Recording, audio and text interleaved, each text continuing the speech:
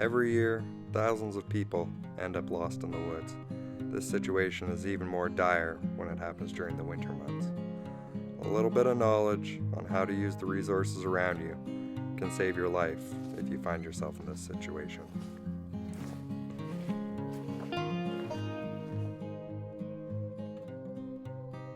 Now this is exactly what you hope to find in a survival situation. An uprooted tree with a little bit of a cavern underneath it. This is going to make building a shelter super easy, since most of the work is already done for you. You're only going to have to build half your shelter. Now this situation isn't super common, so don't depend on finding this, but if it happens, you're on easy street.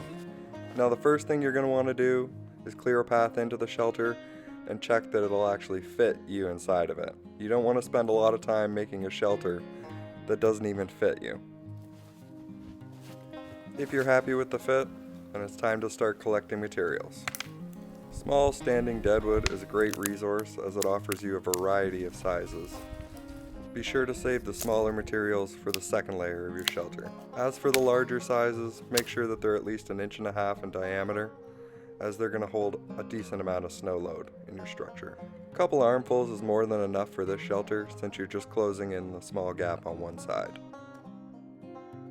Be careful to place these first logs in line with each other because it's going to make the next step a lot easier. Simply layer on all the smaller materials in a crisscross pattern and try and fill as many of the gaps as possible so that the snow that you layer on doesn't all fall through. If there's not a lot of snow in the situation you find yourself in, you can substitute with moss, more sticks, or pieces of sod, just to fill all the gaps.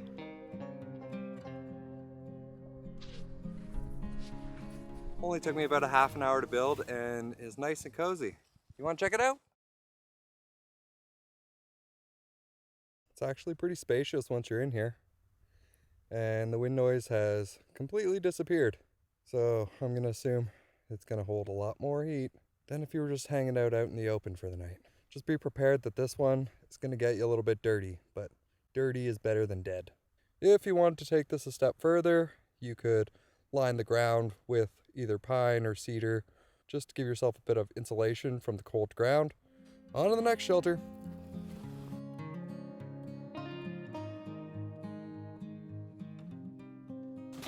At the end of the video, let me know which shelter you'd spend the night in, or which one you want me to spend the night in, just to prove that they work.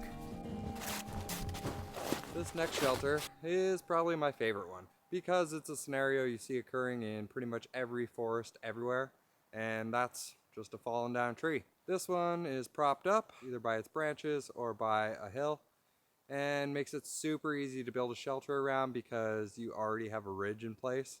A lot of times there's a cave of snow underneath them, which means you don't have as much snow to clear, and you don't need a lot of branches to close it in. It's the least amount of effort for the best amount of shelter. Just like with the first shelter, you're going to want to clear the entrance and check the fit.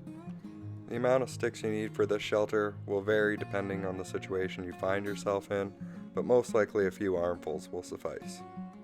Be conscious when framing in the shelter to use smaller sticks for smaller gaps and save the larger sticks for the bigger gaps.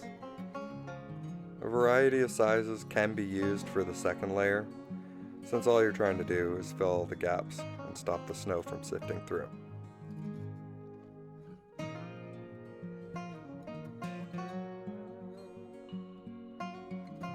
This shelter is a little bit more complicated in that it'll require a variety of lengths to form your roof, but again, you're going to want to try and keep them in line with each other for the next layer. If you find yourself working with powdery snow like I did, be sure to save all the big chunks to fill larger gaps.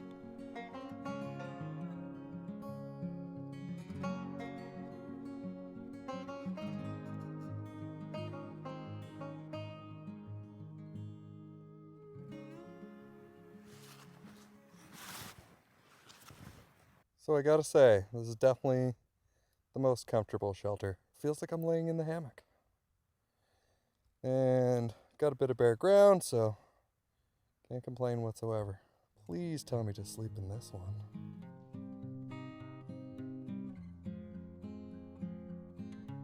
This next shelter is probably the most work, but most common scenario you're gonna find and that's building it against either a big tree or a rock boulder, rock ledge, something where you can just prop one end of your ridge beam up onto and start building your shelter from there.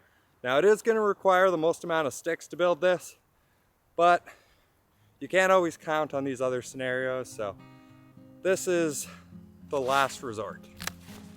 Start by clearing a triangle of snow, with the wider end of the triangle being against the tree and slightly offset to whatever side you want your entry to be on. Now you still want to keep this fairly low to the ground because it's going to require less sticks and trap more of that heat in for you, or at least let your body heat the space easily. It will also make creating your second layer easier, since a lower slope means the sticks are less likely to roll down it. This shelter will most likely require at least a half a dozen armfuls of sticks and a variety of sizes. Being careful to size your sticks accordingly will conserve the amount of effort that you have to put into building this shelter. Nice. Fell right into place. Now so far I've been pretty much able to build the entire shelter just out of the branches from the tree I'm building it on, but now we're going to need some smaller stuff just to kind of crisscross across these and help keep the snow up on top and stop it from falling down where I'm going to be sleeping.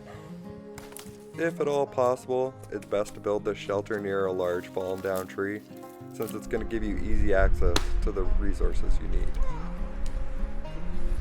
I don't know if the camera caught that, but I just sunk all the way down to my chest in the snow. Super fun. Well, I'm not really sure if that's going to be enough branches or not, but there's only one way to find out, and that's to start piling snow on it. Unfortunately, this shelter is going to require by far the most amount of snow, so be prepared for that. Would have been really nice to have a shovel for this part. Well, that took way longer than it needed to. Probably almost 2 hours for me to build this shelter, so significantly longer than the other shelters. Would have been a lot easier with a shovel. If you can find the other two situations, I would go for those. It'll take you half the time to build, and it's probably going to give you a better shelter.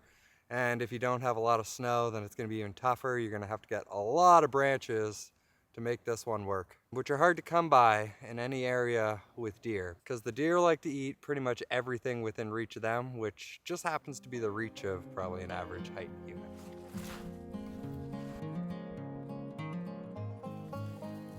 And there we go. Let's check her out. This one is definitely a little bit tighter than what I was hoping for, but it works. The other thing that I will say about this shelter is that it definitely makes me a little bit nervous. I feel like the other two shelters are solid and they're not going to cave in on me in the night. But this one, it could happen. Be sure to drop a comment on which shelter you'd like to see me spend the night in. And if you're interested in seeing more of our winter camping adventures, check out these videos.